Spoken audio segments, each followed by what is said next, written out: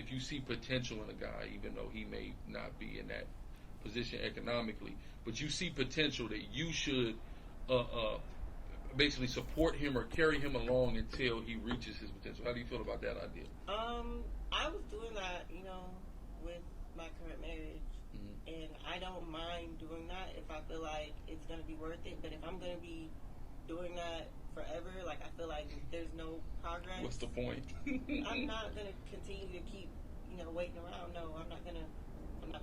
So he's on the shot. So if you in a situation like that, the guy is on the shot clock. He's got X amount of time. If he don't really step it up, it's like, all right, what are we doing? What are we doing exactly? So This is the book of Ecclesiasticus, the 9th chapter, in the 9th verse.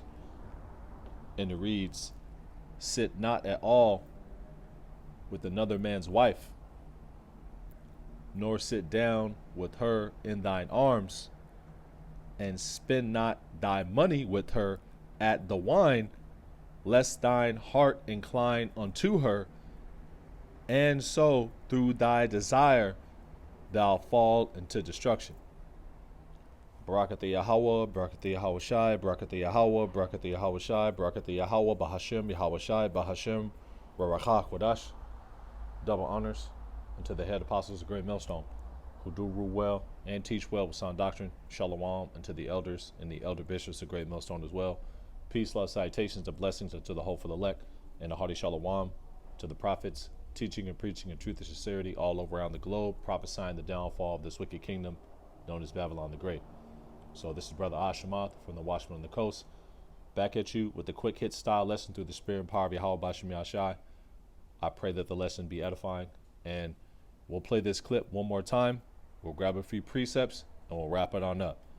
So a brother passed this clip on the group chat, and I'll play this one more time, and we'll just go right into the scriptures and then wrap on up. And Guerilla Hebrew should know better than this, man. You shouldn't be having, women on your talk show, period. It should be really, to keep it 100, you shouldn't have a talk show. You should be feeding the sheep. You should take your hat off, cut your hair, and teach the scriptures. But let's play this one more time. If you see potential in a guy, even though he may not be in that position economically, but you see potential that you should basically support him or carry him along until he reaches his potential. How do you feel about that idea? I was doing that, with my current marriage. Current marriage. So this woman is currently married, and she's in the process of leaving him, and with this wicked society that we live in, Babylon the Great, a woman can file divorce and give a man a bill of divorce when it's supposed to be the other way around, and that's why we need sovereignty. That's why we need deliverance, because this wicked nigga Esau has everything upside down. And then you're on your talk show promoting this, man, saying basically that this is okay because you're giving this woman a platform, man. And I don't You should have shut the interview down right then, mind doing that if I feel like it's gonna be worth it. But if I'm gonna be doing that forever, like I feel like there's no progress. What's the point? I'm not gonna continue to keep, waiting around. No, I'm not gonna do it. So he's on the shot. So if you in a situation like that, the guy is on the shot clock. He's got X amount of time. If he don't really step it up, then it's like, all right, what are we doing here? What are we doing exactly? So And this is only a little 8-minute interview. I checked it out, most of it. And that woman's out of order, man. But of course, that's a product of Babylon the Great. You have out of order Eves, women that don't want to listen, women don't want to be submissive, women that want to rule over men, because that's the vibration that Esau Edom pushes in this society. And that's why we need sovereignty. That's why we need deliverance. The true prize is the man, the Israelite man. This is Sirach, the 9th chapter in the 8th verse, and it reads, turn away thine eye from a beautiful woman, and look not upon another's beauty. So when you see a woman, who may potentially have a man, she has a man, you're not even supposed to entertain her. Look the other way, go about your business, man. And this woman is still, another man's property. So what are you even doing there? Giving her a platform, sitting down with her, chopping it up, with this woman about her relationship, man. That's out of order, double out of order. And as a leader, this is poor leadership. Sirach 9:8, turn away thine eye from a beautiful woman and look not upon another's beauty. That's another man's property. Women are a possession. For many have been deceived by the beauty of a woman, for her with love is kindled as a fire. Sirach 9:9, sit not at all with another man's wife. What are you doing? Sitting with another man's wife. Being curious in matters that aren't even yours, man. And the only reason why I'm commenting on this is because you made this public. You did this. Sirach 9:9, sit not at all with another man's wife, nor sit down with her in thine arms. Spend not thy money with her at the wine. And what you're doing is just poor leadership, man. Lest thine heart incline unto her, and so through thy desire thou fall into destruction. Plain and simple. The scriptures outline how we're supposed to deal with these situations. This is Sirach, the 25th chapter, and the 23rd verse. I'm going to read this in the Good News Translation, and then we'll wrap it on up. This is Sirach 25:23. A wicked woman abateth the courage, maketh a heavy countenance, and a wounded heart. And that's the women we have in Babylon the Great. Our women are a product of Esau Edom. The Babylonian, queens that we have rolling around, whores of Babylon, they're all used property.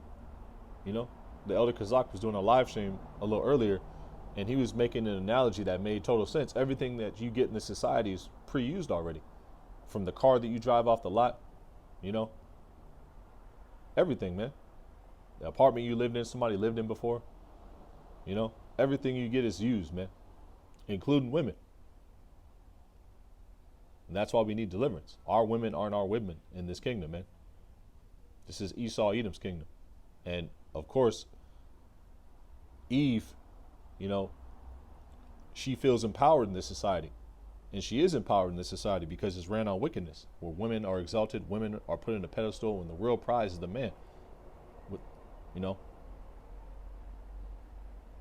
With the Israelite man being the top prize of all.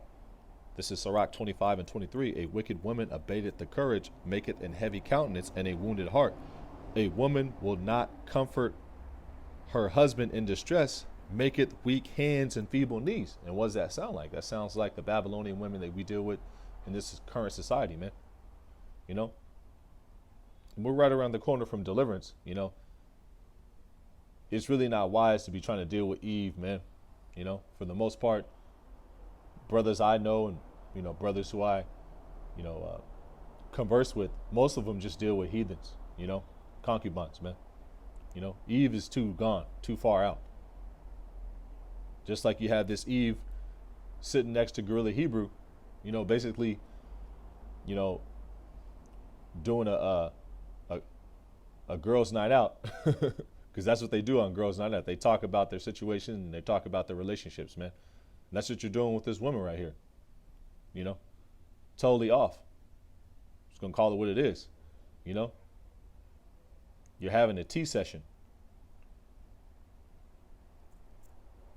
This is Sirach 25:23. A wicked woman abateth the courage, maketh an heavy countenance, and a wounded heart. A woman that will not comfort her husband in distress maketh weak hands and feeble knees. And that's what you have with this woman, right? Times got hard, and, she just ran out in the nigga, man. And that's what you have in Babylon the Great, because our women are products of Babylon the Great, Sirach 25:24, of the women came the beginning of sin, and through her we all die. Sirach 25 and 25. Give no water. It's like you give the water no passage, neither a wicked woman liberty to gad abroad. And what did they do in Babylon the Great? They let wicked women gad abroad. This is yep. Let's get the Good News translation and we'll wrap on up. Don't want to make this longer than it needs to be. This is Sirach 25. Yep, and 23. A bad wife will make her husband gloomy and depressed and break his heart. And that's what happened to that Jake. She probably ran him down with, nigga, you ain't shit, so on and so forth. I can have 10 men do this and do that. All I gotta do is do this and do that. Yeah, nigga this, nigga that. I mean, that's just tiring, But that's what you have to deal with, as far as dealing with Eve, because Eve is the most destroyed as far as the so-called black woman, out of all the tribes. Judah being the head, she's the most destroyed. She's the most drunk one off the Babylonian wine, man. And all the rest of the the women, as far as the nation of Israel, ride the vibration of Judah. That's why you see Northern Kingdom women, they'll act like, and emulate the so-called black women, man. As far as, talking back to Jake, I literally seen that the other night when I was walking back from the store on Valentine's Day of all days, man. Eve giving Jake a hard time, telling him, I could go on Tinder and have 10 of you ain't shit, so on and so forth, just giving him a hard time, man. But that's the product of living in captivity. Living in a society where women rule over men, where women are exalted. This is Sirach 25 and 23. A bad wife will make her husband gloomy and depressed and break his heart. Show me a timid man who can never make up his mind, and I will show you a wife who doesn't make her husband happy. And that's probably what that Eve was doing, man. Most likely, 99% chance. Sin began with a woman, and we must all die because of her. It's because of the transgression of Eve, feeding Adam, with the wicked philosophies from the serpent, the serpentine man. Death was introduced into the world. Sirach 25 and 25. Do not let a bad wife have her way any more than you would allow water to leak from your cistern. And that reminds me of Proverbs 31 and 3. We'll close it out on this precept right here. Slack it. Come on. Proverbs 31 and 3. We'll get this one first. This is Sirach 25 and 25.